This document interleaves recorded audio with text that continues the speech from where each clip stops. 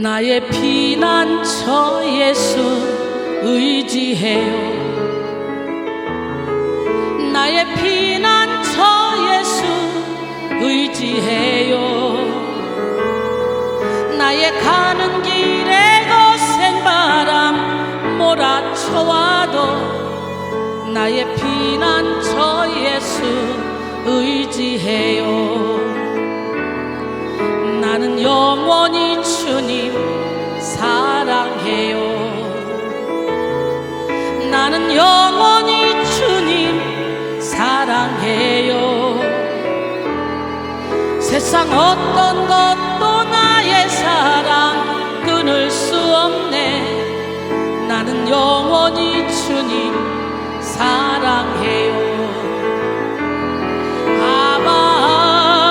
아버지 나를 사랑하시니 나의 모든 것 주께 드려요. 아버지 내가 여기 있으니 주님 영광 위하여 써주세요. 아버지 나를 사랑하시니 나의 모든 것 주께 드려요.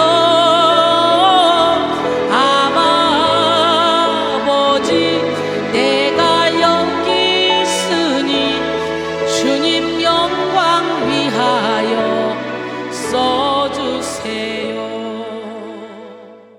할렐루야. 시편 55편 16절로 23절 말씀 함께 봅니다. 나는 하나님께 부르짖으리니 여호와께서 나를 구원하시리로다. 저녁과 아침과 정오에 내가 근심하여 탄식하리니 여호와께서 내 소리를 들으시리로다. 나를 대적하는 자 많더니 나를 치는 전쟁에서 그가 내 생명을 구원하사 평안하게 하셨도다. 옛부터 계시는 하나님이 들으시고 그들을 낮추시리이다. 그들은 변하지 아니하며 하나님을 경외하지 아니함이니이다. 그는 손을 들어 자기와 화목한 자를 치고 그의 언약을 배반하였도다. 그의 입은 우유 기름보다 미끄러우나 그의 마음은 전쟁이요 그의 말은 기름보다 유하나 실상은 뽑힌 칼이로다. 내 짐을 여호와께 맡기라. 그가 너를 붙드시고 의인의 요동함을 영원히 허락하지 아니하시리로다. 하나님이여 주께서 그들로 파멸의 웅덩이에 빠지게 하시리이다. 피를 흘리게 하며 속이는 자들은 그들의 날에 반도 살지 못할 것이나 나는 주를 의지하리이다. 영혼의 능력 쌓기 두 번째 시간, 난관을 이기는 기도의 능력이라는 제목으로 함께 은혜를 나누기를 원합니다. 여러분, 난관, 고난, 환난 여러분 기도함으로 이기지 않았습니까? 영혼의 능력을 쌓다 보면 어떤 환난이 와도 어떤 고난이 와도 능히 넘어갈 수 있는 힘이 생기는 줄 믿습니다. 1만 시간의 법칙이라는 것을 우리가 알죠? 신경과학자 다니엘 레빈틴의 연구 결과로 나온 그런 법칙입니다. 어느 분야든지 세계적인 전문가가 되려면 1만 시간의 연습이 필요하다는 그런 내용입니다. 레빈틴은 작곡가, 야구선수, 소설가, 피아니스트 등등 다양한 분야를 조사했는데 그 결과 어느 분야에서든 1만 시간보다 적은 연습을 해가지고 세계 수준의 전문가가 된 경우를 찾아볼 수가 없었다 그래요. 그의 주장에 의하면 이는 두뇌가 어떤 분야에 적응하는데 1만 시간 정도의 시간이 필요하다는 것을 의미한다는 것입니다. 또한 두뇌가 그 분야에 적응하고 나면 그 사람은 해당 분야에 정통한 사람이 되는 것이라고 설명했어요. 10,000시간은 하루에 3시간씩 10년 동안 연습해야 나오는 분량이죠. 1만 시간의 법칙의 의미는 우리도 자신의 분야에서 1만 시간 동안 연습을 한다면 뛰어난 전문가가 될 수 있다는 것입니다. 이에 관련해 글래드웰은 성공에 대한 잘못된 신화를 깨뜨려야 한다고 주장합니다. 잘못된 신화란 제일 똑똑한 사람이 성공한다는 그런 생각이에요. 이런 생각은 그릇된 신화에 불과하며 실제로는 재능에 더해진 연습이 중요하다는 것입니다. 운동선수들을 보십시오. 그들은 끊임없이 연습을 합니다. 기초 체력을 보강하기 위해 웨이트 트레이닝을 정기적으로 해서 근육을 발달시키죠. 정교한 솜씨를 위해 세부적인 기술 훈련을 반복해서 자기 것으로 만듭니다. 순간을 위해 평생을 준비하죠. 공부하는 학생들도 마찬가지입니다. 노력과 연습이 필요합니다. 왜냐하면 사람의 두뇌는 제한되어 있기 때문이에요. 한두 번 봐서 숙지가 안 될 때 참 많잖아요. 중요한 것은 반복 훈련을 통해서 숙달되어야 된다는 거죠. 프로가 되기 위해서, 전문가가 되기 위해서는 우리는 계속해서 반복 훈련, 집중 훈련, 연습, 이렇게 훈련을 통해 이루어진다는 거예요. 또한 군인들도 마찬가지입니다. 그들은 입대하자마자 한 달 이상 훈련소에서 훈련을 반복하죠. 군 생활 중에도 끊임없이 사격 훈련, 유격 훈련, 동계 훈련 등등 수많은 훈련을 통해 전투력을 유지합니다. 영혼의 능력을 쌓기 위해 우리도 훈련을 받아야 돼요. 할렐루야. 저와 여러분은 천국 군사입니다. 영적 전쟁을 위해 끊임없이 훈련을 해야 됩니다. 그럴 때 영혼의 능력이 나도 모르는 사이에 막 쌓입니다. 어느 순간에 말씀에 씨를 뿌렸더니 싹이 나고 이삭이 나고 열매가 맺혀지는 역사가 일어나듯이, 계속적으로 빗줄기가 패이듯이 은혜 속에 머물다 보면 나도 모르는 사이에 영적으로 확 커있는 나를 발견하게 됩니다. 디모데서 2장 1절로 4절, 내 아들아 그러므로 너는 그리스도 예수 안에 있는 은혜 가운데서 강하고 또 내가 많은 증인 앞에서 내게 들은 바를 충성된 사람들에게 부탁하라. 그들이 또 다른 사람을 가르칠 수 있으리라. 너는 그리스도 예수의 좋은 병사로 나와 함께 고난을 받으라. 병사로 복무한 자는 자기 생활에 얽매이는 자가 하나도 없나니 이는 병사로 모집한 자를 기쁘게 하려 함이라 그랬어요. 오늘 여러분 모두가 다 병사로 모집된 자인 줄 믿습니다. 누가 우리를 병사로 모집했죠? 하나님이 모집하셨어요. 그래서 병사로 모집된 자는 자기 생활에 얽매이는 자가 하나도 없나니 이는 병사로 모집한 자, 우리 하나님을 기쁘게 하려고. 우리는 썩지 아니할 것을 얻고자 자신의 몸을 저 복종하는 훈련을 받아서 영혼의 능력을 막 쌓아야 돼요. 그럴 때 세상을 이기고 마귀를 이기고 나 자신을 이길 수 있습니다. 고린도전서 15장 40절로 44절, 하늘에 속한 형체도 있고 땅에 속한 형체도 있으나 하늘에 속한 것의 영광이 따로 있고 땅에 속한 것의 영광이 따로 있으니 해 영광 다르고 달의 영광 다르고 별의 영광 다른데 별과 별의 영광도 다르다는 거예요. 죽은 자의 부활도 그와 같으니 썩을 것으로 심고 썩지 않을 것으로 다시 살아나며, 욕된 것으로 심고 영광스러운 것으로 다시 살아나며, 약한 것으로 심고 강한 것으로 다시 살아나며, 육의 몸으로 심고 신령한 몸으로 다시 살아났니 육의 몸이 있은즉 영의 몸도 있느니라. 할렐루야. 우리는 육의 몸이 있을 때 영혼의 몸을 살찌워야 된다고 제가 수도 없이 말을 하잖아요. 기도할 수 있을 때, 찬양할 수 있을 때, 말씀을 볼 수 있을 때, 예물을 드릴 능력이 있을 때, 내가 전도할 수 있을 때, 헌신할 수 있을 때, 육의 몸이 있을 때 열심히 영혼의 능력을 쌓아놓고 영혼을 살찌워야 돼. 진짜 나는 내 속사람이거든. 고린도전서 9장 24절로 27절, 운동장에서 다름질하는 자들이 다 달릴지라도 오직 상을 받는 사람은 한 사람인 줄 너희가 알지 못하느냐. 너희도 상을 받도록 이와 같이 다름질하라. 이기기를 다투는 자마다 모든 일에 절제하나니 그들은 썩을 승리자의 관을 얻고자 하되 우리는 썩지 아니할 것을 얻고자 하노라.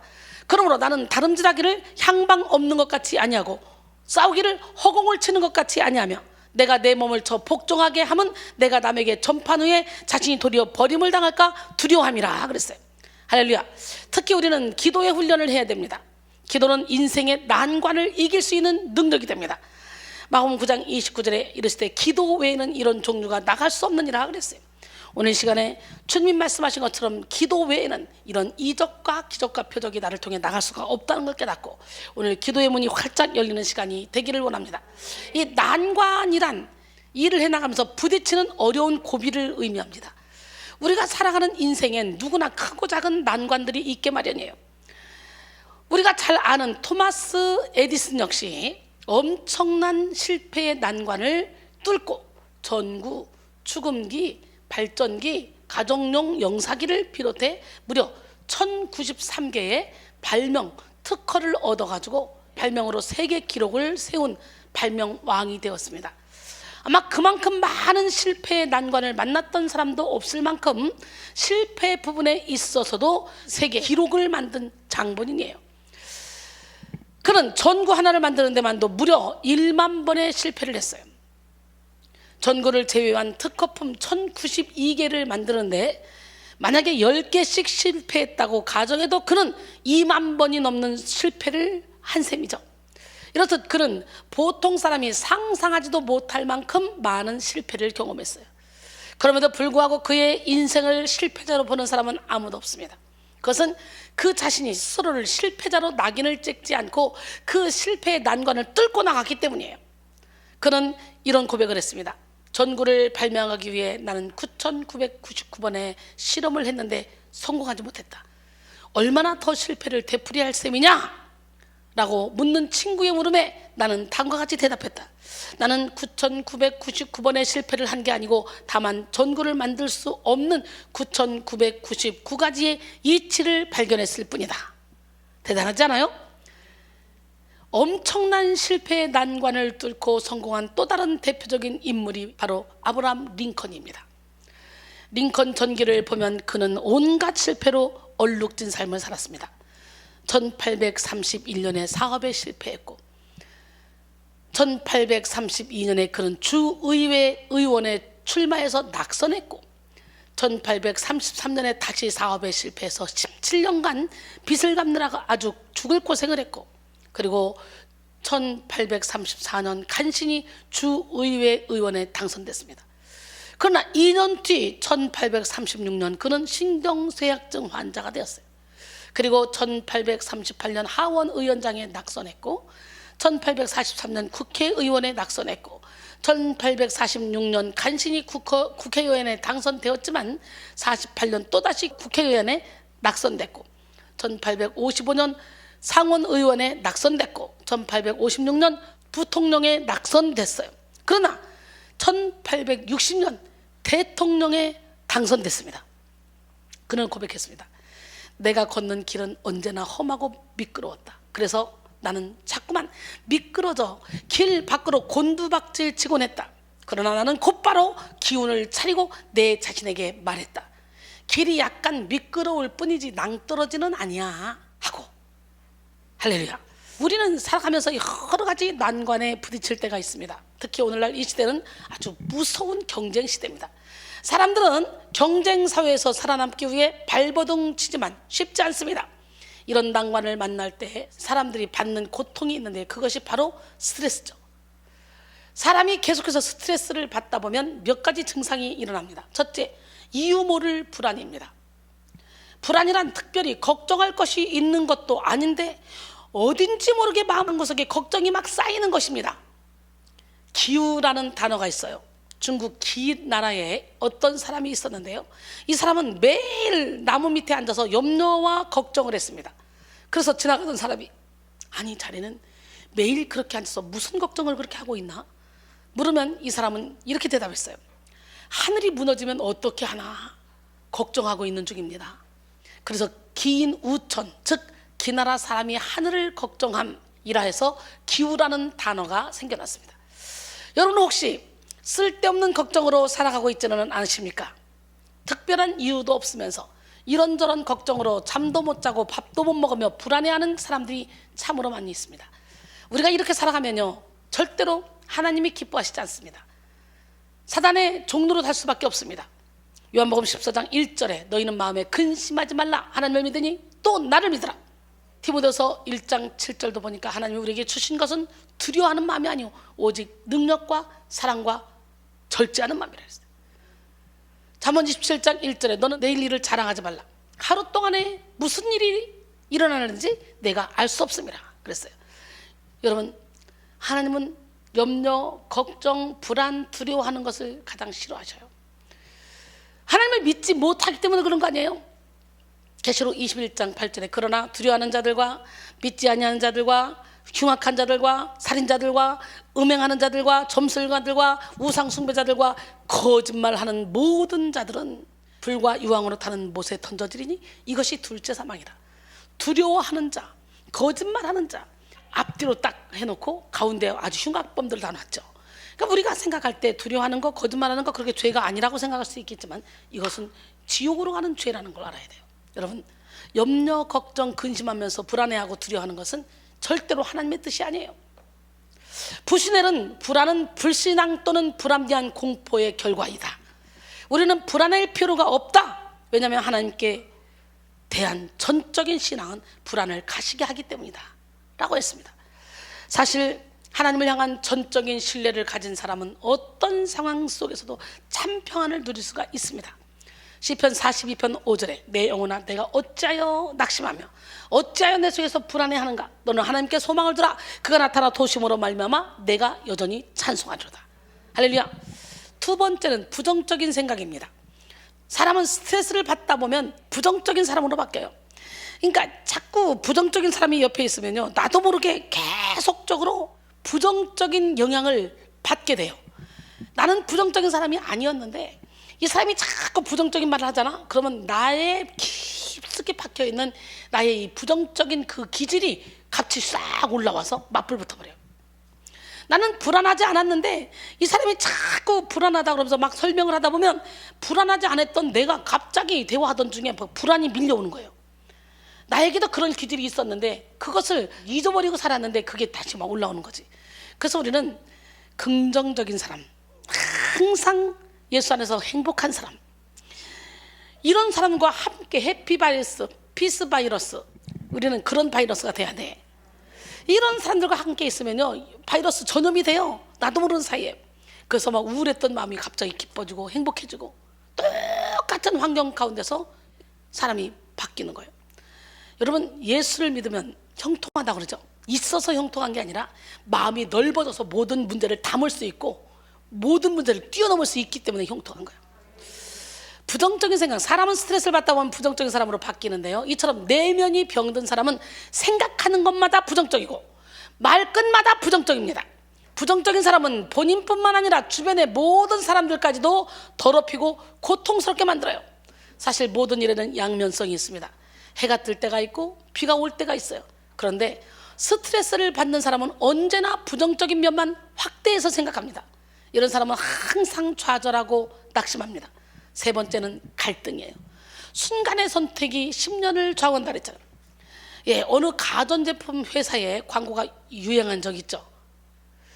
이런 시대 속에서 무엇인가 늘 선택해야 하는 강박관념에 사로잡혀 살아가는 사람들이 많습니다. 순간의 선택 중요합니다. 여러분, 늘 갈등할 수밖에 없고 고민할 수밖에 없는 그런 삶을 살아가는 사람들이 많죠. 사랑하는 성도 여러분, 우리는 살아가면서 어떤 갈등을 하고 살아가는지 우리 자신을 봐야 돼요. 인생은 살아가면서 누구나 할 것 없이 이런 난관을 경험할 수가 있습니다. 그런데 중요한 것은 문제가 아니라 문제의 의미를 모르는 것이 문제예요.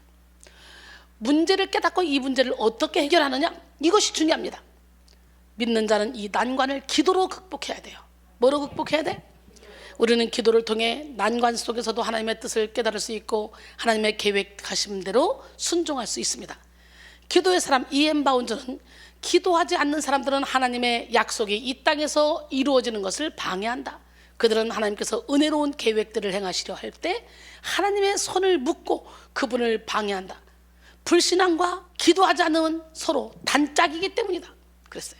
기도하는 사람은요, 하나님을 돕지만 기도하지 않는 사람들은 하나님을 방해한다 라고 말했습니다. 오늘 우리는 다윗을 통해 어떻게 기도로 어려움을 이겨내는지 알아보기를 원합니다. 오늘 본문인 시편 55편은 다윗이 아들 압살롬의 반역으로 인한 위기 상황과 관련하여 지은 10편의 시 가운데 하나입니다. 본시는 한마디로 말해서 친구에게 배신당한 자의 기도라고 할 수 있어요. 다윗은 믿었던 친아들인 압살롬과 자기의 친구이자 모사였던 아히도벨로부터 배신을 당했어요. 사무엘하 15장 6절로 15절, 이스라엘 무리 중에 왕께 재판을 청하러 오는 자들마다 압살롬이 행함이 이와 같아서, 어땠어요? 압살롬이 중간에 딱 서서 재판 받으러 오는 사람한테 내가 탕감해 줄게, 얼마 탕감해 줄게, 다 깎아줘가지고 사람들의 마음을 다 샀어요. 그래서 압살롬의 행함이 이와 같아서 이스라엘 사람의 마음을 압살롬이 훔치니라.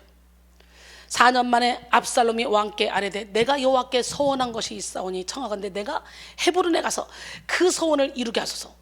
당신의 종이 아람 그술에 있을 때에 서원하기를 만일 여호와께서 반드시 나를 예루살렘으로 돌아가게 하시면 내가 여호와를 섬기리이다. 약속을 했다는 거예요.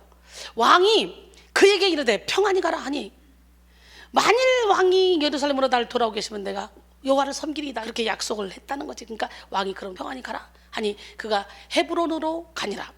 이에 압살롬이 정탐을 이스라엘 모든 지파 가운데에 두루 보내 이르기를 너희는 나팔 소리를 듣거든 곧 말하기를 압살롬이 헤브론에서 왕이 되었다 하라 하니라. 그때 청함을 받은 200명이 압살롬과 함께 예루살렘에서부터 헤브론으로 내려갔으니 그들은 압살롬이 꾸민 그 모든 일을 알지 못하고 그저 따라가기만 한 사람들이라. 제사 드릴 때에 압살롬이 사람을 보내 다윗의 모사 길로 사람 아히도벨을 그의 성읍 길로에서 청하여 온지라. 반역하는 일이 커감해 압살롬에게로 돌아오는 백성이 많아지니라. 전령이 다윗에게 와서 말하되 이스라엘의 인심이 다 압살롬에게로 돌아갔나이다 한지라. 다윗이 예루살렘에 함께 있는 그의 모든 신하들에게 이르되 일어나 도망가자. 그렇지 않으면 우리 중 한 사람도 압살롬에게서 피하지 못하리라. 빨리 가자. 두렵건대 그가 우리를 급히 따라와 우리를 해하고 칼날로 성읍을 칠까 하노라. 왕의 신하들이 왕께 이르되 우리 주 왕께서 하고자 하시는 대로 우리가 행하리이다. 보소서 당신의 종들이니이다 하더라. 다윗은요 황급하게 왕궁을 버리고 도망가면서 온갖 수치와 수모를 겪었으며 말로 형용할 수 없는 그런 역경을 당하게 됐어요. 시편 55편 9절로 12절. 내가 성내에서 강포와 분쟁을 보았사오니 주여 그들을 멸하소서. 그들의 혀를 잘라버리소서. 그들이 주야로 성벽 위에 두루 다니니 성중에는 죄악과 재난이 있으며 악독이 그 중에 있고 압박과 속임수가 그 거리를 떠나지 아니하도다. 나를 책망하는 자는 원수가 아니라 원수일진데 내가 참았으리라. 나를 대하여 자기를 높이는 자는 나를 미워하는 자가 아니라 미워하는 자일진데 내가 그를 피하여 숨었으리이다. 그랬어요. 여러분 우리도 세상을 살다 보면 다윗과 같이 이런 배신과 억울함, 고통과 상처, 이 아픔, 두려움과 공포, 죽음의 위협을 느끼면서 괴로움을 겪어야만 할 때가 있습니다. 그것도 가까운 사람이나 믿었던 사람에게, 또한 내가 정말 사랑하는 사람에게 배신을 당하거나 억울함을 당할 때가 있죠. 그럴 때 많은 사람들이 문제를 회피하거나 숨어버립니다. 사회 심리학에서 코쿠닝 현상이라는 말이 있어요. 코쿠닝은 누에꼬치에서 따온 말로 과도한 스트레스를 피하여 숨는 행위를 뜻합니다. 어떤 충격이나 문제로 인하여 받는 고난에서 도피하여 숨어버리는 행위로서 아무도 모르는 자기만의 껍질 속으로 숨으려는 현상이에요. 여러분은 난관 앞에 숨어버리진 않습니까? 다윗은 이런 난관 앞에서 하나님께 기도했습니다. 시편 55편 1절로 2절. 하나님이여 내 기도에 귀를 기울이시고 내가 간구할 때에 숨지 마소서. 내게 굽히사 응답하소서. 내가 근심으로 편하지 못하며 탄식하오니. 그랬어요. 오늘 본문 앞절인 시편 55편 1절과 2절에서는 다윗이 어떻게 기도했는지 말씀하고 있죠. 내 기도에 귀를 기울이시고, 여기서 기울이시고는 귀를 펴다 라는 의미와 함께 듣다, 주의 깊게 듣다 라는 의미를 지닙니다. 다윗은 마치 하나님께 인간의 신체가 있는 것처럼 묘사해서 자신의 기도에 응답하시기를 바라는 표현을 했습니다. 그만큼 다윗은 지금 절박하고 고통스러운 상황에 처해 있다는 것을 암시합니다. 그리고 다윗은 자신이 기도할 때 숨지 말아달라고 호소하고 있습니다. 여기서 숨지는 무시하거나 외면하는 것, 즉 보고도 못 본 채 한다는 그런 의미로 사용된 표현입니다. 시인은 자신이 환난 가운데 있을 때 자신의 아픔을 못 본 채 마시고 도와달라고 기도하고 있는 거예요. 이러한 기도에는 하나님만이 자신을 도울 수 있다라는 고백이 담겨 있습니다. 아울러 당시 시인이 처한 이 상황이 그만큼 고통스럽고 절박하다는 것을 암시하는 것이기도 하죠. 찰스 스펄전은 다음과 같이 말했습니다. 하나님께서는 우리를 외면하지 않으시고 우리 기도를 들으십니다. 고통이나 가난이나 사별의 깊은 물에 빠져있는 우리를 돌아보십니다. 사랑하는 사람이나 친구는 배신할 수 있지만 하나님께서는 결코 배신하지 않으십니다. 우리가 낙심해 있을 때 하나님께서는 아주 가까이 계십니다 라고 했어요. 여러분은 얼마나 기도하십니까? 무시로 성령 안에서 24시간 기도의 삶을 살아야 돼요. 그래야 우리는 이 땅에서 천국을 누릴 수 있어요. 기도는 하나님과의 대화일 뿐만 아니라 영적 호흡이기 때문에 기도는 아무리 강조해도 지나치지가 않습니다. 하나님의 자녀가 살기 위해서는요, 그 영혼이 숨을 쉬어야 하는데 하나님께 기도하는 것이 바로 우리 영혼이 죽지 않고 살 수 있는 영혼의 호흡이 됩니다. 성도는 기도를 통해 하나님께 가까이 나가며 하나님을 더욱더 알게 되고 하나님을 닮아가게 됩니다. 기도에는 인간의 부르짖음과 회개, 간구, 감사 그리고 찬송이 담겨져 있습니다. 따라서 기도는 성도의 신앙과 믿음이 온갖 종류의 모습으로 나타나는 종합 예술가도 같습니다. 우리는 어려운 일이 있을 때마다 더욱더 기도해야 돼요. 조지 허버트는 기도는 영혼의 피다 라고 말했어요. 마틴 루터는 믿음은 한마디로 기도다 라고 말했어요. 우리의 믿음을 볼 때 그 사람의 기도가 하나님 앞에 서 있는가를 보면 됩니다. 그저 형식적인 기도, 나를 위한 기도가 아닌 하나님을 위한 기도가 진짜 기도예요. 하나님, 어떻게 해야 내가 하나님을 기쁘시게 하는 삶을 살 수 있을까요? 이게 진짜 기도예요. 하나님 사랑, 이웃 사랑을 위해 기도하는 게 그게 진짜 기도입니다. 우리의 신앙의 기도가 사라지면 믿음은 사라집니다. 기도가 사라지면 하나님의 능력도 사라집니다. 기도가 사라지면 성령의 임재도 사라집니다. 기도하지 않을 때 회개의 역사는 일어나지 않습니다. 기독교는 체험의 종교잖아요. 기도할 때 우리는 체험할 수 있는 거예요. 기독교의 복음이 기도하지 않으면 사라집니다. 골로새 4장 2절에 기도를 계속하고 기도에 감사함으로 깨어 있으라 그랬어요. 에베소 6장 18절에 모든 기도와 간구를 하되 항상 성령 안에서 기도하고 이를 위하여 깨어 구하기를 항상 힘쓰며 여러 성도를 위하여 구하라 그랬어요. R.A. 토레이는 기도의 영을 받는 법 중에서 이런 말을 했어요. 예수 그리스도는 이 땅에 계실 때 큰 위기를 눈앞에 두고 기도하셨다. 위기를 눈앞에 두고 기도했대요. 여러분은 위기를 눈앞에 두고 기도하십니까? 먼저 그 문제를 해결하기 위해서 사람 찾아가고 돈 찾아가고 이러지는 않습니까?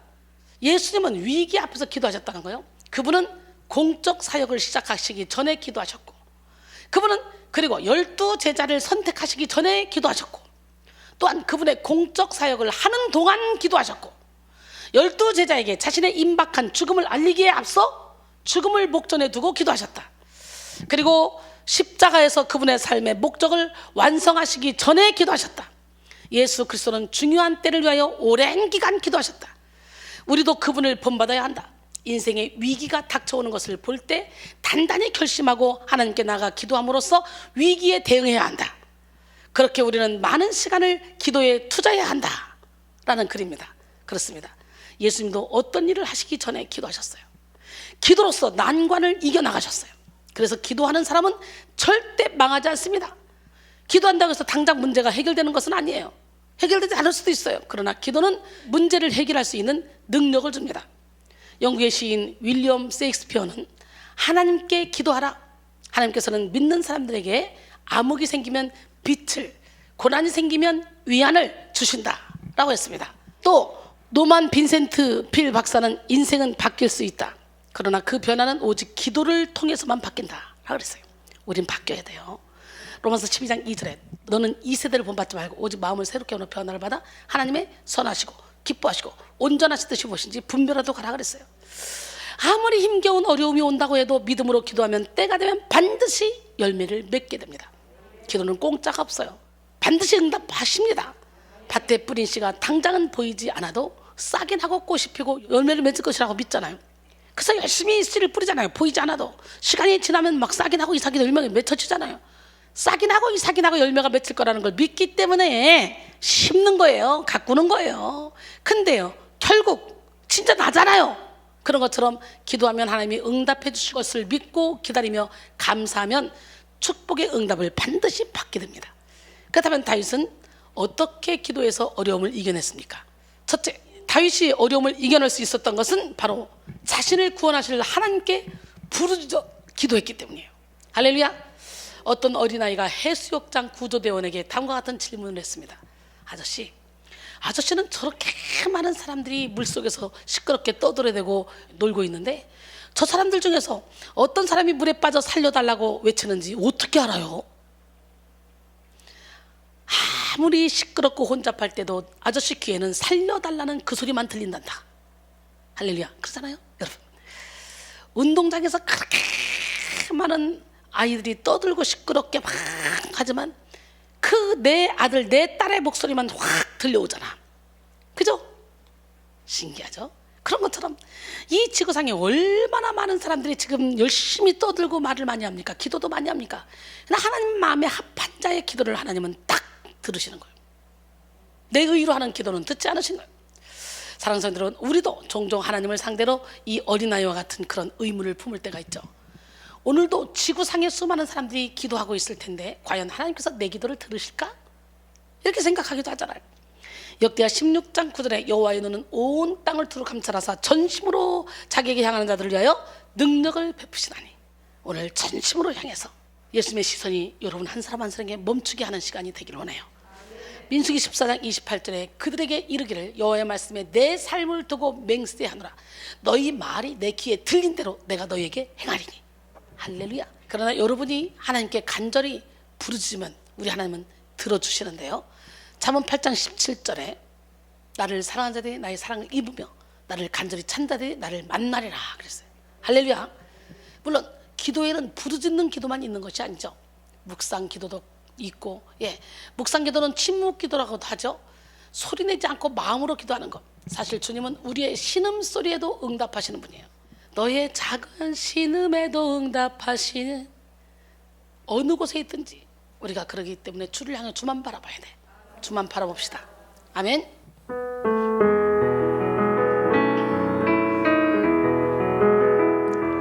하나님의 사랑을 사모하는 자, 하나님의 평안을 바라보는 자, 너의 모든 것 창조하신 우리 주님이 너를 얼마나 사랑하시는지 하나님께 찬양과 경배하는 자, 하나님의 선하심을 닮아가는 자, 너의 모든 것 창조하신 우리 주님이 너를 자녀 삼으셨네. 하나님 사랑의 눈으로 너를 어느 때나 바라보시고, 하나님 인자한 귀로서 언제나 너에게 기울이시니, 어둠에 밝은 빛을 비춰주시고 너의 작은 신음에도 응답하시니, 너는 어느 곳에 있든지 주를 향하고 주만 바라볼지라. 하나님 사랑의 눈으로 너를 어느 때나 바라보시고,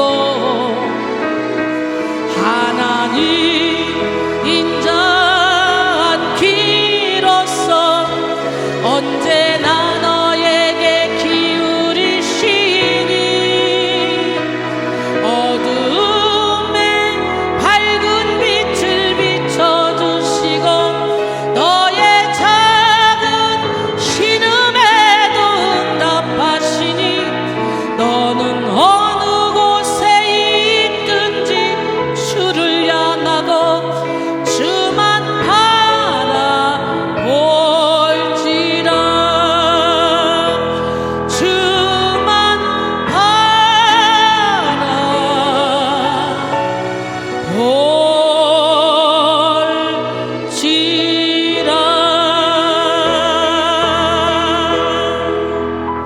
할렐루야. 창세기 24장 63절에 보니까 이삭이 저물 때에 들에 나가 묵상하다가 눈을 들어보매 낙타들이 오는지라. 또 시편 19편 14절로 보니까 나의 반석이시오 나의 구속자이신 여호와여, 내 입의 말과 마음의 묵상이 주님 앞에 연락되기를 원하나이다. 우리는 이렇게 간절한 마음으로 묵상 기도도 필요합니다.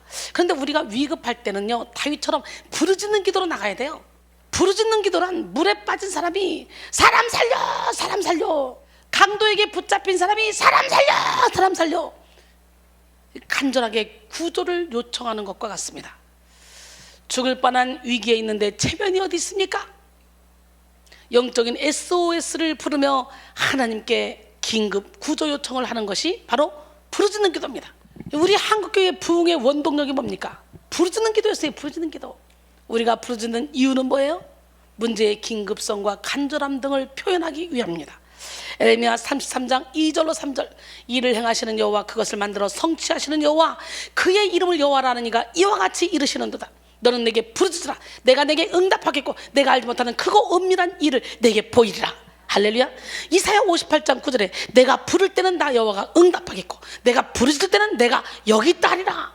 만일 내가 너희 중에서 멍에와 손가락질과 허망한 말을 제하여 버리고, 뭘 제하여 버려?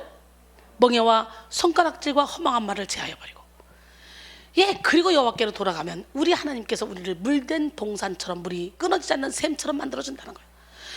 오늘은 부르짖어야 돼요. 오늘 다윗은 하나님께 부르짖으며 기도하고 있습니다. 오늘 본문 16절에 나는 하나님께 부르짖으리니 여호와께서 나를 구원하시리로다. 부르짖으리니로 번역된 에크라의 원형 카라는 선포하다, 외치다 라는 뜻으로 본문에서도 큰 소리로 간절히 기도하다 라는 의미로 사용되는데요, 게다가 본절에서 미완료형으로 사용되어 계속해서 기도할 것임을 강조하고 있습니다. 16절은 본시에서 전환이 이루어지는 매우 중요한 부분입니다.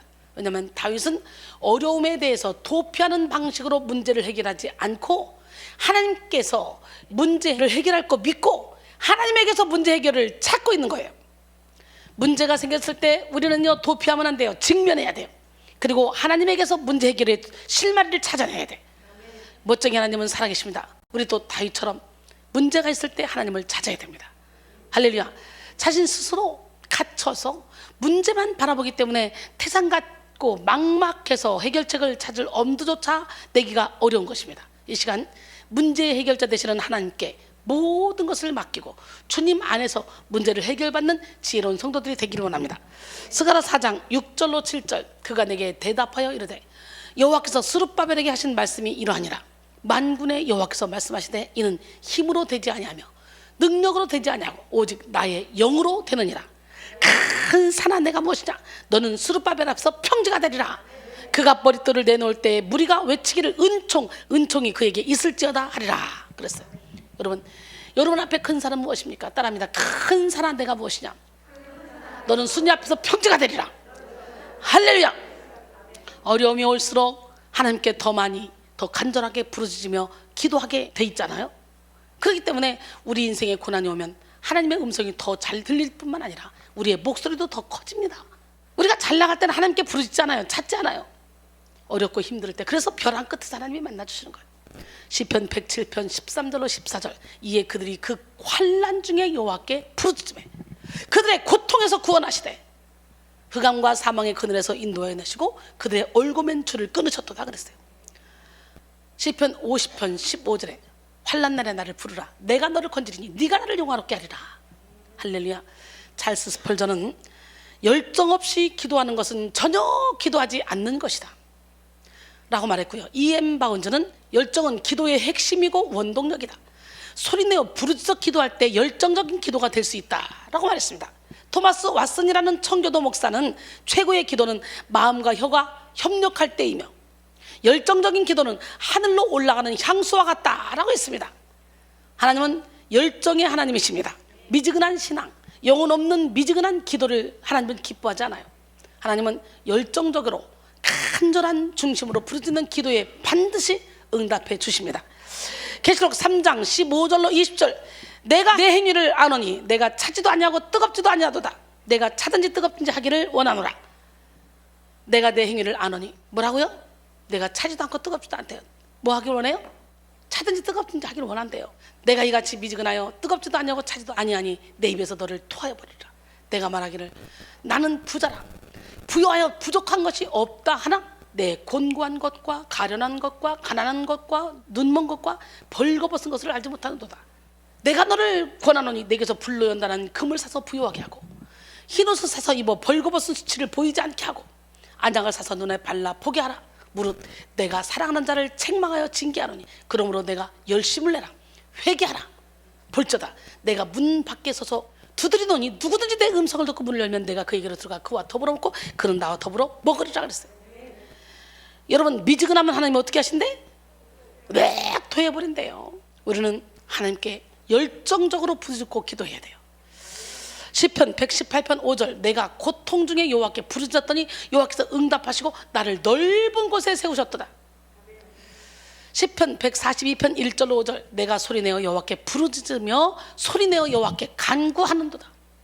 내가 내 원통함을 그의 앞에 토로하며 내 우환을 그의 앞에 진술하는도다. 내 영이 내 속에서 상할 때에도 주께서 내 길을 아셨나이다. 내가 가는 길에 그들이 나를 잡으려고 올무를 숨겼나이다. 오른쪽을 살펴보소서. 나를 아는 이도 없고 나의 피난처도 없고 내 영혼을 돌보는 이도 없나이다. 여호와여 내가 주께 부르짖어 말하기를 주는 나의 피난처시오 살아있는 사람들의 땅에서 나의 분기시라 하였나이다. 오늘 여러분 모두가 다 하나님을 피난처로 삼기를 원합니다. 나의 피난처 예수를 찬양합시다. 기적의 하나님, 능력의 하나님은 이 시간에도 불꽃 같은 눈동자로 저와 여러분을 지켜보고 계십니다.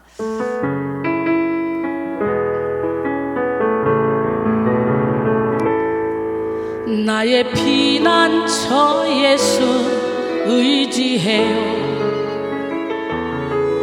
나의 피난처 예수 의지해요.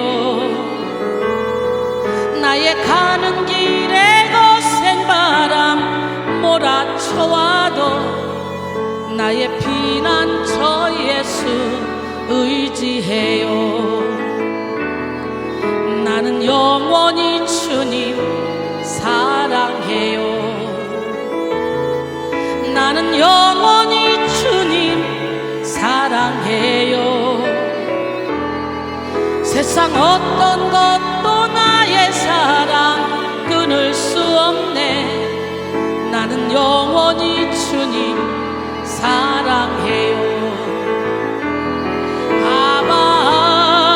아버지 나를 사랑하시니 나의 모든 것 주께 드려요. 아버지 내가 여기 있으니 주님 영광 위하여 써주세요.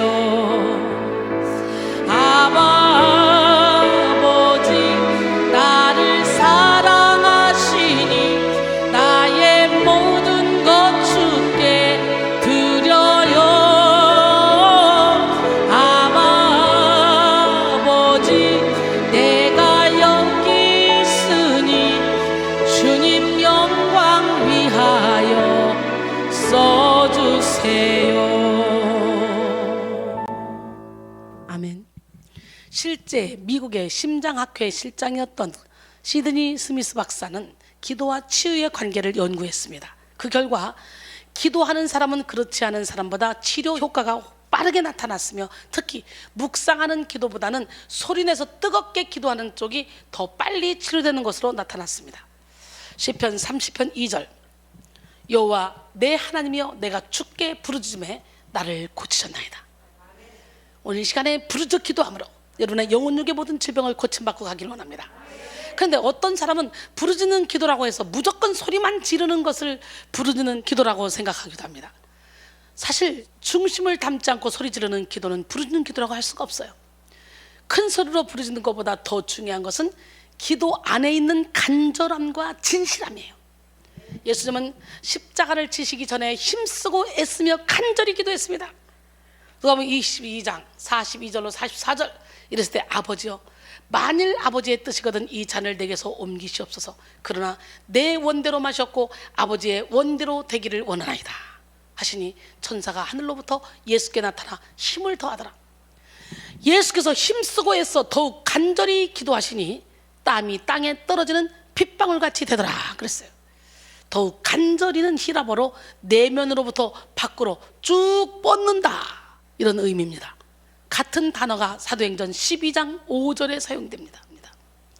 사도행전 12장 5절에 이에 베드로는 옥에 갇혔고 교회는 그를 위하여 간절히 하나님께 기도하더라. 즉 간절하다는 것은 장애물이 있어도 개의치 않고 쭉 뻗어나온 것을 의미한다 그랬죠? 사람들은 기도할 때 어떤 장애를 만나게 되면 쭉 뻗지 못하고 거기에 멈춰버리는 거예요. 그렇게 멈추는 것은 간절한 것이 아니에요. 멈추지 않고 장애물이 있어도 뚫고 나가는 여러분 모두가 되기를 원합니다. 할렐루야. 하나님은 우리가 유창하게 기도하지 않을지라도 간절히 진실한 마음으로 기도하는 것을 원합니다. 어린아이처럼 거짓 없는 모습, 있는 모습 그대로 자신의 진심을 토해놓고 하나님께 나갈 때 우리의 기도를 다 들어주시는 줄 믿습니다. 시편 51편 6절에 보소서 주께서는 중심이 진실함을 원하시오니 내게 지혜를 은밀히 가르치시리이다 그랬어요. 여기서 원하시오니로 번역된 히브리어 하페츠는 기뻐하다, 즐거워하다를 의미합니다. 그리고 중심을 뜻하는 히브리어 투하는 마음속 깊은 곳을 가리키는 것입니다. 즉 하나님은 우리의 마음속 깊은 곳의 진실함, 정직하고 신실한 모습을 기뻐하십니다. 그런 자에게 하나님의 지혜를 가르쳐 주십니다. 사랑하는 성도 여러분, 여러분의 기도는 어떻습니까? 간절하고 진실하게 하나님께 부르짖고 있습니까? 다윗은 하나님의 마음에 합한 자로서 난관이 있을 때마다 주님께 부르짖어 왕으로서 능력 있는 삶을 살게 됐어요. 크리소스톰은 기도의 위력은 불의 세력을 정복한 바 기도는 노여워하는 사자의 입에 자갈을 물리고 난세를 정복시켜 고요하게 하고 기도는 전쟁을 종결시키고 기도는 폭풍우를 달래고 기도는 마귀를 쫓으며 기도는 사망의 결박을 풀고 기도는 질병을 완쾌시키고 기도는 협잡꾼을 내쫓고 기도는 도시들을 파멸해서 구원하며 기도는 태양을 멈추게 하며 우레의 진행을 막습니다. 기도는 만능의 갑옷이요 갑이 떨어지지 않는 보물이요 고갈되지 않는 광산이며 구름으로 흐려지지 않는 하늘입니다. 기도는 뿌리요 집안이요 한량없는 축복의 어머니입니다 라고 했어요. 크리소스톰 진짜 멋진 말을 했네. 부르짖는 기도로 난관을 이기는 여러분 모두가 되기를 원합니다. 두 번째, 다윗이 어려움을 이겨낼 수 있었던 것은 뜻을 정하고 시간을 정하여 기도했기 때문이에요. 오늘 우리도 뜻을 정하고 시간을 정해서 기도해야 돼요. 오늘 본문 시편 55편 17절 보니까 저녁과 아침과 정오에 내가 근심하여 탄식하리니 여호와께서 내 소리를 들으시리로다. 16절에요. 나는 하나님께 부르짖으리니 여호와께서 나를 구원하시리로다. 이 16절의 기도는 기도의 주체와 대상에 초점을 맞췄잖아요.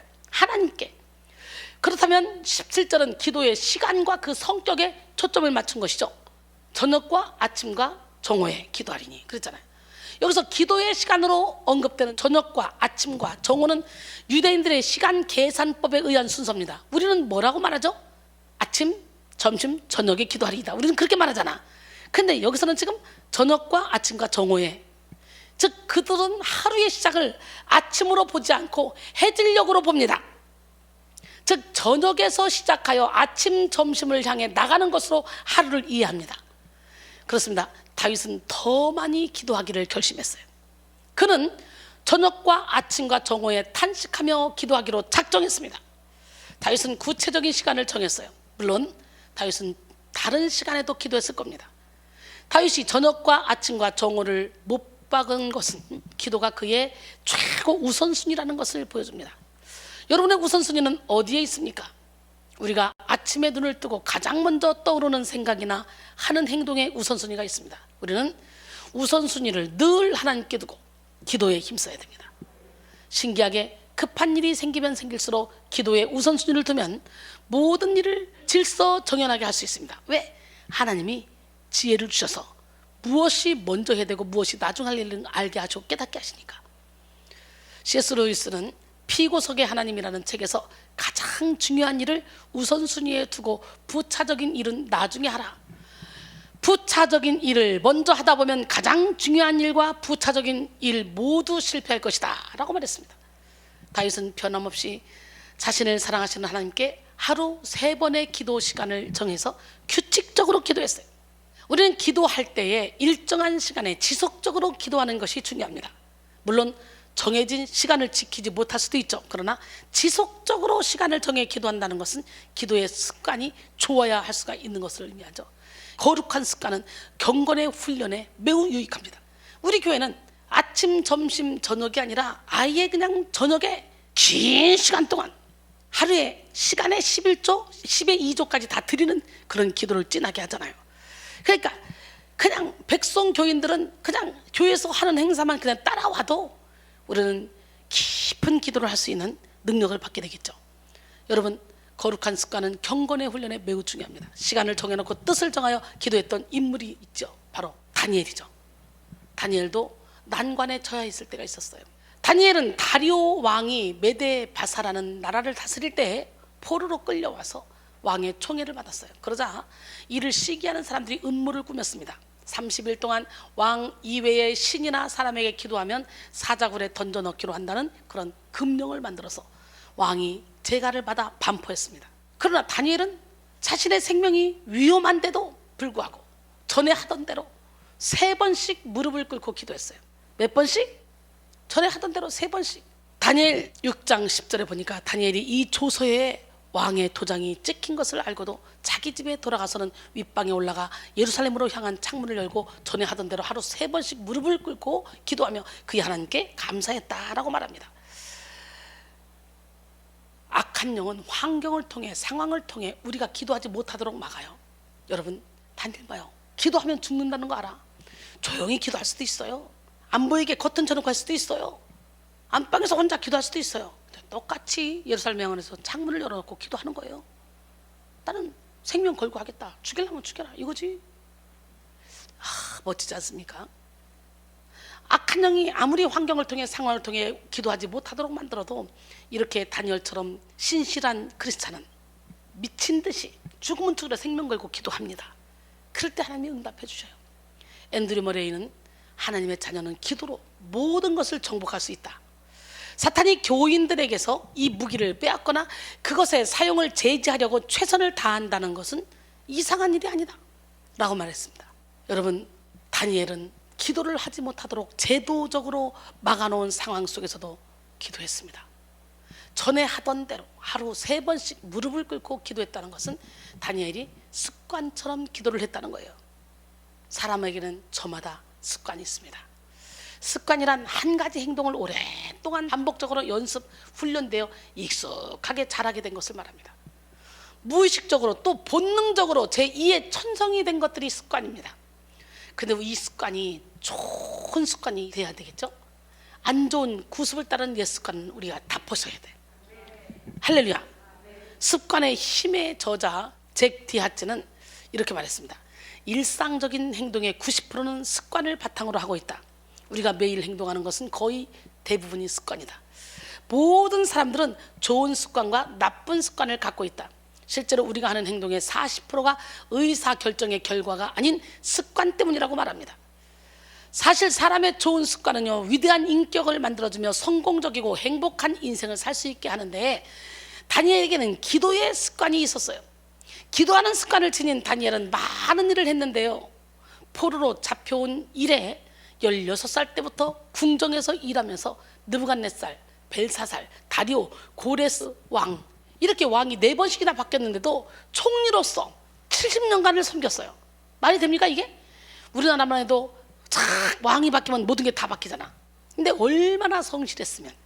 다윗도 하나님께 기도함으로 수많은 대적들의 손에서 건지시는 하나님을 찬양할 수 있었어요. 오늘 보면 시편 55편 18절, 나를 대적하는 자 많더니 나를 치는 전쟁에서 그가 내 생명을 구원하사 평안하게 하셨도다. 여기서 나를 치는 전쟁이란 칼을 들고 싸우는 치열한 전쟁을 뜻합니다. 이를 나를 대적하는 자 많더니와 연결시키면 무수한 원수들의 포위에 둘러싸인 것 같은 절대절명의 위기에 놓여 있음을 의미합니다. 칼과 창으로 싸우는 전쟁에서 무수한 대적들에 둘러싸여 있다면 그가 아무리 용맹하다 하여도 이미 죽은 목숨이나 마찬가지예요. 그렇습니다. 일평생 다윗의 주변에는 수많은 대적들이 있었어요. 대내적으로는 사울과 압살롬과 같은 대적이, 대외적으로는 주변 여러 나라들이 다윗을 대적하며 위협했습니다. 다윗은 이런 대적들로 인해 심각한 위기에 직면하기도 했습니다. 하지만 다윗은 하나님께 기도함으로 그 많은 대적들의 공격으로부터 살아남았어요. 그리고 자신의 생명을 구원하신 하나님으로 말미암아 평안을 누리게 됐습니다. 다윗이 수많은 전쟁 가운데서 평안을 누릴 수 있었던 것은 기도의 능력을 경험했기 때문이에요. 사실 오늘 본문에는 포함되지 않지만 본문의 초반에는 시인의 괴로움과 고통이 나타나요. 시편 55편 4절 5절. 내 마음이 내 속에서 심히 아파하며 사망의 위험이 내게 이르렀도다. 두려움과 떨림이 내게 이르고 공포가 나를 덮었도다 그랬어요. 그러나 하나님 앞에 깊은 기도로서 나간 다윗은 이제 자신의 고통에 초점 맞추지 않게 되었어요. 자신을 괴롭히는 원수 자체에 집중하지도 않았어요. 오직 모든 일을 주관하시는 하나님께서 직접 그 원수를 다스리실 것을 믿었습니다. 원수 갚는 것이 내게 있으니 내가 갚으리라고 주께서 말씀하시라. 내 원수가 죽이거든 먹이고 목마르거든 마시게 하라는 거예요. 선으로 악을 이기라는 거예요. 로마서 12장 19절로 21절까지 보니까 다윗은 그렇게 살았어요. 오직 모든 일을 주관하시는 하나님께서 직접 그 원수를 다스릴 것이라는 확신했어. 이는 그가 이제 고통의 자리에서 일어나서 하나님을 향한 신뢰로 마음의 담대함을 얻었음을 나타냅니다. 본문 시편 55편 19절로 21절 그리고 23절 보니까 옛부터 계시는 하나님이 들으시고 그들을 낮추시리이다. 그들은 변하지 아니하며 하나님을 경외하지 아니함이니이다. 그는 손을 들어 자기와 화목한 자를 치고 그의 언약을 배반하였도다. 그의 입은 우유 기름보다 미끄러우나 그의 마음은 전쟁이요 그의 말은 기름보다 유하나 실상은 뽑힌 칼로다 그랬어요. 셋째, 다윗이 어려움을 이겨낼 수 있었던 것은 하나님께 짐을 맡기는 기도를 했어요. 여러분 모두가 다 오늘 여러분의 수고하고 무거운 짐을 다 맡기시길 원합니다. 기적의 하나님 누구 하나님? 지금 어깨에 짐을 가져오신 분들, 여러분이 염려 걱정 근심한다고 키를 한 자도 더 할 수 없어요. 하나님께 휙 던져놓으면 당장 그 일이 해결이 되지 않는다 할지라도 먼저 내 마음에 평강이 임해. 그러면 평강이 임하면 평강 가운데서 기도할 때 하나님이 주시는 지혜를 얻게 돼. 그 지혜로 태산 같은 문제를 쉽게 풀어갈 수가 있는 거예요. 할렐루야. 우리 인생의 가장 큰 문제는요, 하나님을 믿지 못하고 맡기지 못하는 것입니다. 우리는 기도를 통해 인생의 모든 짐을 온전히 하나님께 맡겨야 돼. 최영호 씨의 제 삶을 맡기나이다 라는 시입니다. 오 주여, 저의 삶을 당신 손에 맡기나이다.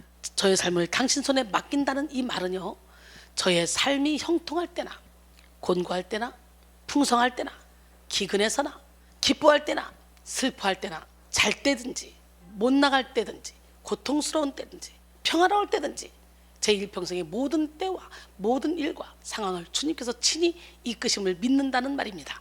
오 주여, 저의 삶을 당신 뜻대로 사용하여 주시옵소서. 저를 바다에 던졌다가 파도로 받아 주시든 아니면 모래 위에 던지시든 아니면 요나처럼 어둠을 통과하게 하시더라도 좋습니다. 저는 가만히 있으라 하시면 그저 가만히 있겠나이다.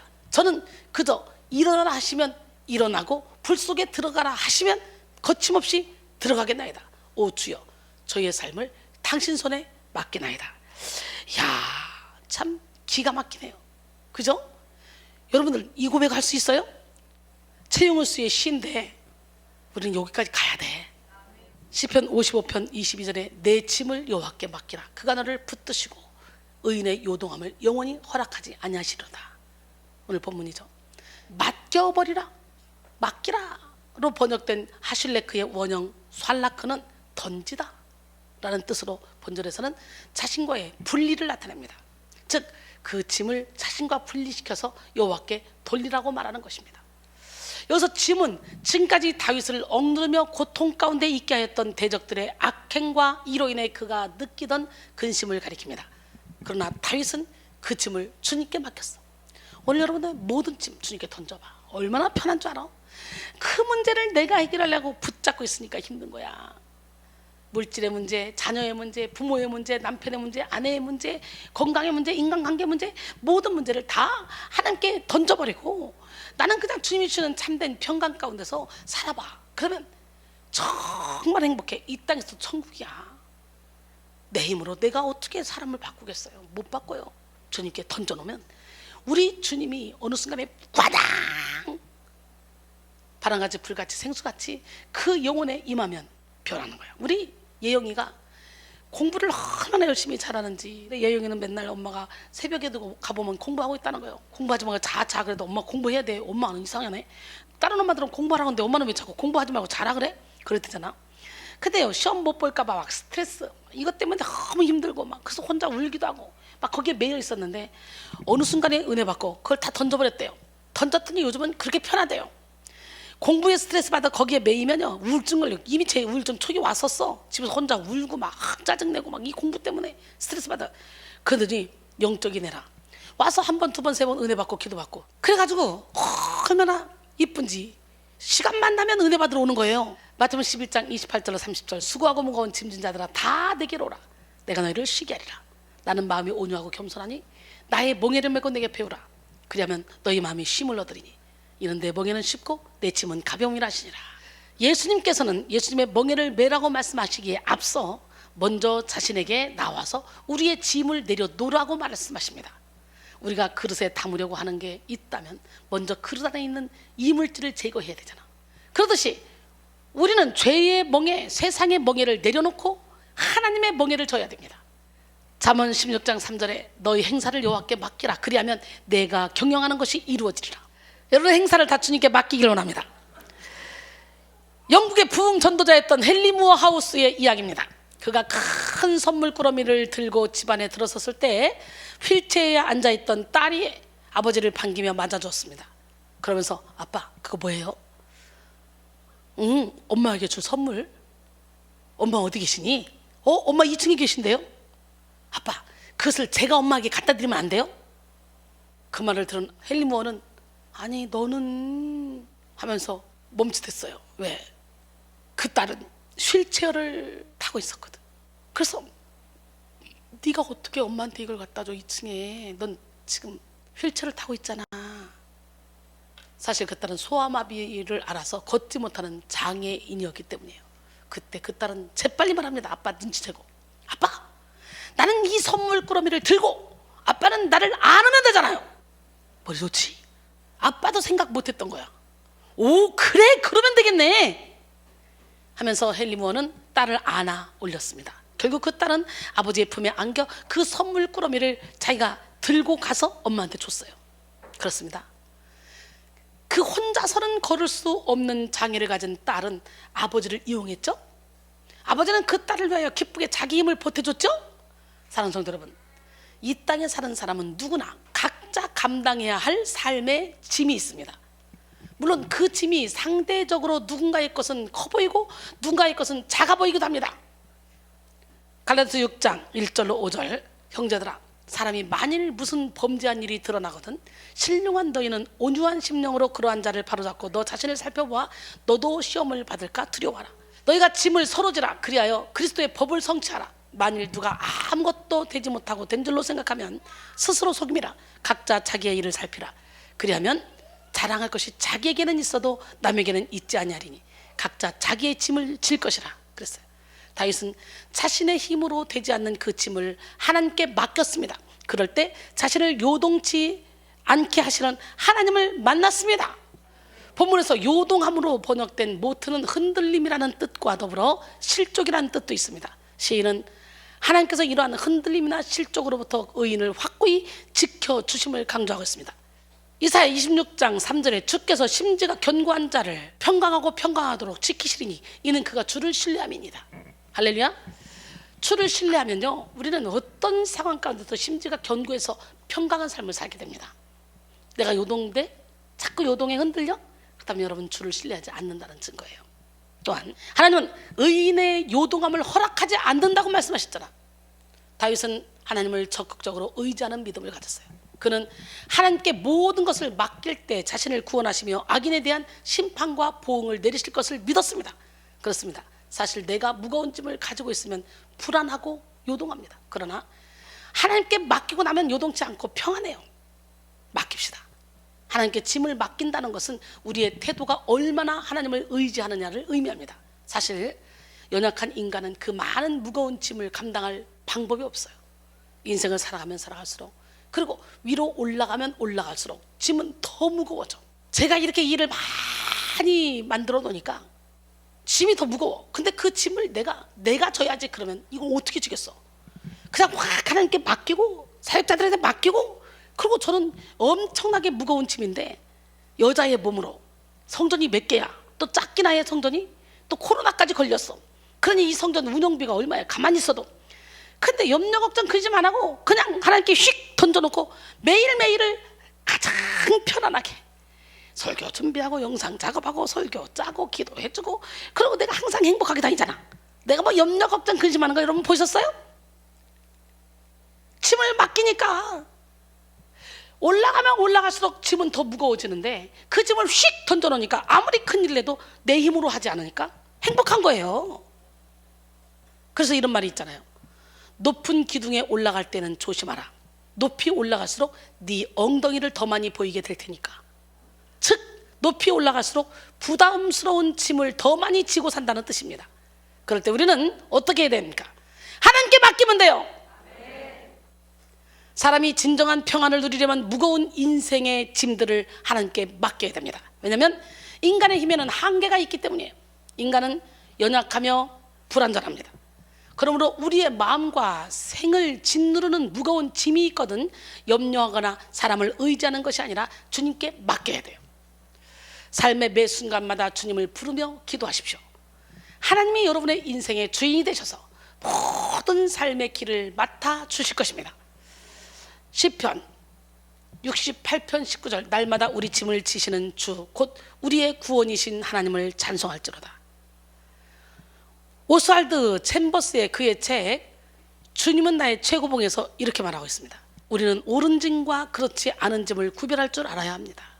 결코 의심이나 죄의 짐을 져서는 안 됩니다. 그러나 하나님께서 의도적으로 우리에게 지게 하시는 짐들이 있습니다. 이럴 때 주님은 그 짐을 옮길 의도가 없으십니다. 이때 주님은 우리가 그 짐을 다 주님께 다시 맡기길 원하십니다. 만일 우리가 하나님을 위해 일하면서 주님과의 관계가 끊어진다면 그 책임감은 감당할 수 없을 정도로 무거울 것입니다. 그러나 만일 우리가 주님께서 우리에게 지우신 짐을 다시 주님께 맡겨드린다면 주님은 주님의 역사를 드러내시면서 우리의 책임감을 제거해 주십니다. 그랬어요. 사랑하는 성도 여러분, 많은 사람들이 인생의 무거운 짐을 혼자서 지고 몸부림을 칩니다. 이 무거운 짐을 내려놓지 못하고 계속해서 끌어안고 힘겨워하고 있습니다. 결국에는 지쳐서 쓰러지고 나중에는 도망가고 나중에는 자살해버리는 사람도 있잖아요. 그러나 우리가 하나님께 무거운 짐을 맡겨드리면 참된 평안을 얻게 되고 진리 안의 자유를 누리게 됩니다. 그 짐을 하나님께 맡기는 방법은 바로 기도입니다. 할렐루야. 오늘 여러분의 수고하고 무거운 짐을 하나님께 맡기는 기도를 해보십시오. 하나님을 신뢰하는 기도를 해보십시오. 그럴 때 여러분의 짐은 가벼워질 것입니다. 태산 같았던 문제는 동산으로 바뀔 것입니다. 오늘 본문 마지막 구절에서 다윗은 한 번 더 자신의 인생의 짐을 감당하실 하나님을 한 분만을 의지할 것을 고백합니다. 55장 23절, 하나님이여 주께서 그들로 파멸의 웅덩이에 빠지게 하시리이다. 피를 흘리게 하며 속이는 자들은 그들의 날에 반도 살지 못할 것이나 나는 주를 의지하리이다. 그랬어요. 할렐루야. 결론적으로 오늘 우리는 영혼의 능력 쌓기 두 번째 시간, 난관을 이기는 기도의 능력이라는 제목으로 함께 은혜를 나눴어요. 난관이란 일을 하며 나가면서 부딪히는 어려운 고비를 의미한다 그랬죠? 우리는 살아가면서 여러 가지 난관에 부딪힐 때가 많습니다. 기도는 인생의 난관을 이길 수 있는 능력이 됩니다. 다윗은 살면서 참 어려움이 많았던 사람이에요. 그런데 그는 기도함으로 그 모든 난관을 극복했어요. 그렇다면 다윗은 어떻게 기도해서 어려움을 이겨냈습니까? 첫째, 나를 구원하실 하나님께 부르짖으며 기도했고요. 둘째, 뜻을 정하고 시간을 정해서 기도했고요. 셋째, 하나님께 짐을 맡기는 기도를 했어요. 오늘 시간에 우리 모두가 다 다윗의 기도를 본받아 우리도 어려울 때, 난관의 때에 기도함으로 승리하기를 원합니다. 인생의 난관을 푸는 능력, 그 능력을 받는 길은 바로 기도밖에 없다 그랬어요. 주님의 그 놀라운 능력이 여러분을 통해 나타나도록 우리 모두 다 기도합시다.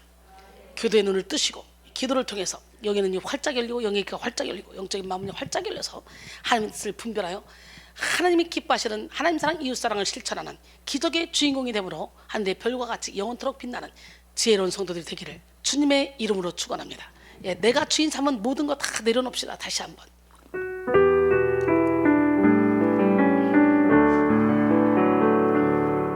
내가 주인 삼은 모든 것 내려놓고 내 주 되신 주 앞에 나가 내가 사랑했던 모든 것 내려놓고